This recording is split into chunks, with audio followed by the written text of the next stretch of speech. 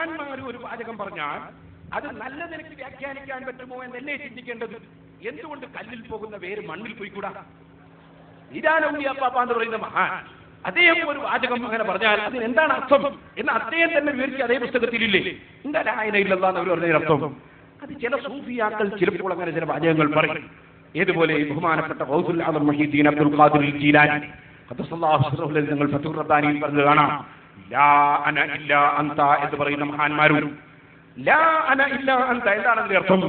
ഞാനില്ല, ഇല്ല അൻത അല്ലാഹുവേ നീ മാത്രമേ ഉള്ളൂ, ഞാനില്ല എന്ന് പറഞ്ഞാൽ ഞാനൊരു ഉള്ളതിൽ പറയാനില്ല. എന്നെ നീ ഉണ്ടാക്കിയിട്ടുണ്ടായി, നീ നശിപ്പിക്കുക നശിച്ചു പോവും. ഒരു ഉള്ളതിൽ പറയാനില്ല, ഞാനൊരു ഉള്ളതിൽ പറയാനില്ല. മറിച്ച് ഇല്ല അന്ത നീ മാത്രമാണ് ഉള്ളത്. കാരണം നിന്നെ ആരും ഉണ്ടാക്കിയിട്ടുണ്ടായതല്ല, നിനക്ക് നാശം ഇല്ല, നീ ഉണ്ടായതിന് തുടക്കം ഇല്ല. അതുകൊണ്ട് യഥാർത്ഥത്തിൽ ഉള്ളവൻ നീ മാത്രമാണ്. ഞങ്ങളുടെ ഈ ഉണ്ടാകലൊന്നും ഒരു ഉണ്ടാകലായി പറയാനില്ല. കാരണം നീ ഉണ്ടാക്കിയിട്ടുണ്ടായി എന്ന് മാത്രമേ ഉള്ളൂ. യഥാർത്ഥത്തിൽ ഉള്ളവൻ നീയാ.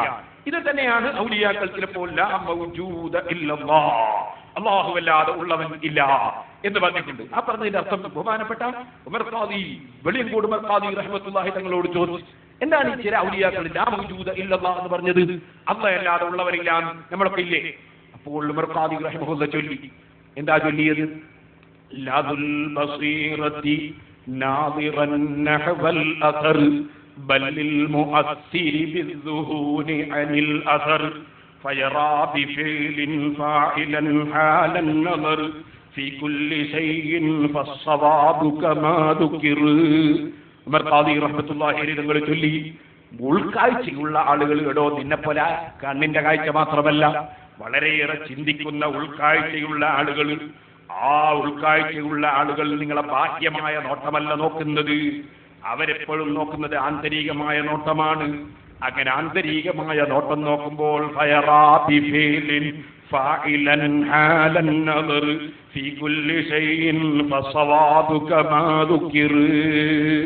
അപ്പോൾ ഒരു കാര്യം കാണുമ്പോൾ ആ കാര്യം ഉണ്ടാക്കിയവൻ ആരാണ് എന്നതിലേക്കാണ് അവരെ മനസ്സ് പോകുന്നത്. ഈ കാര്യത്തിലേക്കല്ല, ഈ കാര്യം ഉണ്ടാക്കിയവൻ ആര് അതിലേക്കാണ് അവരെ മനസ്സ് നീങ്ങുന്നത്. അപ്പോൾ അവർ പറയും ഇതല്ല വിഷയം, ഇതല്ല വിഷയം, മറിച്ച് ഇതിനെ ഉണ്ടാക്കിയവനാണ് വിഷയം. ഇതല്ല ഉള്ളത്, യഥാർത്ഥത്തിൽ ഉള്ളവൻ ഇതിനെ ഉണ്ടാക്കിയവനാണ്, അവൻ ഉണ്ടാക്കിയിട്ടുണ്ടായത് മാത്രമാണിത്. അങ്ങനെ ലോകത്തുള്ള ഏത് സൃഷ്ടികളെ സംബന്ധിച്ചും സൃഷ്ടി അല്ല പ്രശ്നം, സൃഷ്ടാവാണ് പ്രശ്നം. സൃഷ്ടി മുഴുവനും സൃഷ്ടാവിനെ അറിയിക്കുന്നതാണ്. ഈ അർത്ഥത്തിൽ സൃഷ്ടി സൃഷ്ടാവിനെ അറിയിക്കുന്നു എന്ന അർത്ഥത്തിൽ അവർ പറയുന്ന വാചകങ്ങളാണ് ചിലപ്പോൾ ലാ ഇലാഹ ഇല്ലല്ലാഹ് എന്ന് ചിലർ പറഞ്ഞിട്ടുണ്ടാകും.